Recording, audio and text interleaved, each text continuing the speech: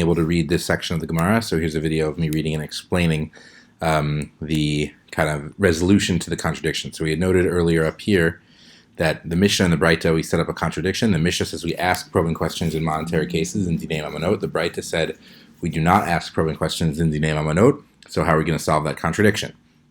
So Amar Rabbi Chanina. Rabbi Chanina says, Davar Torah, according to the Torah, Mida Oraita, Echad Dinei Mamonot ve'echad Dinei Nefashot b'drisha u'v'chakira.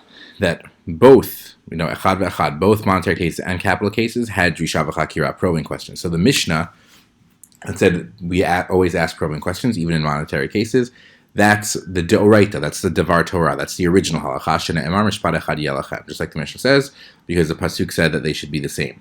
Umatam, what's the reason? Amru, they said, meaning the rabbis. So why do the rabbis come along and say, Dinei Mamonot lo ba'inan drisha v'chakira, that monetary cases do not require drisha v'chakira? So the Mishnah was the Deoraita, the Breita, which said no questions, is Derabanan. Why did the rabbis change the halacha? Kedei shelo tin'ol delet bifnei lovin, in order that people do not lock the door in front of borrowers. As we mentioned in class today, if the person with money knows that his witnesses or her witnesses are going to get asked a million questions, and they might get disqualified, then the person is just going to say, I'm not going to lend money at all. So we say we get rid of the questions in order that people are willing to give loans because they're confident they'll get it back. Elameata, but if that's true, then, next page, ta'u lo yishalmu.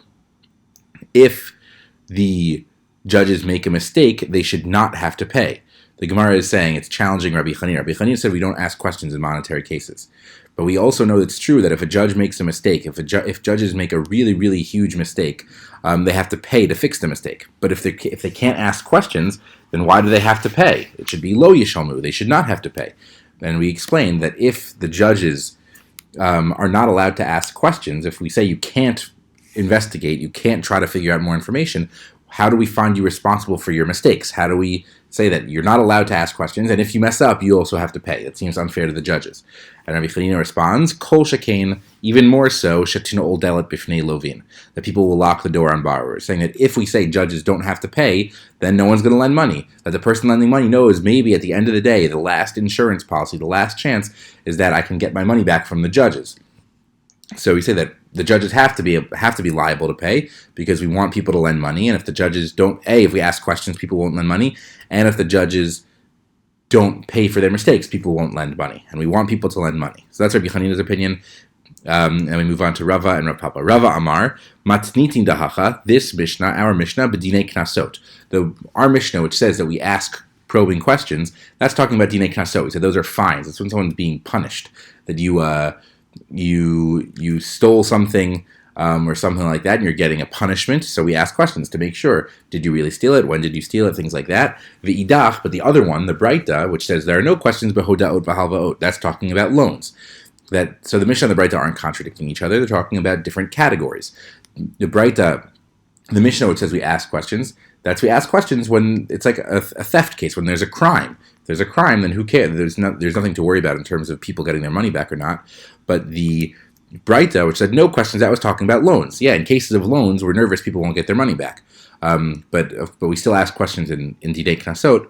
And finally, Rav Papa Amar, Rav Papa says, a third approach, Edi v'Edi, this and that, being the Mishnah and the Breita, b'hoda'ah v'halva'ah. He says, Rava, you want to say that we're talking about different categories, different types of laws.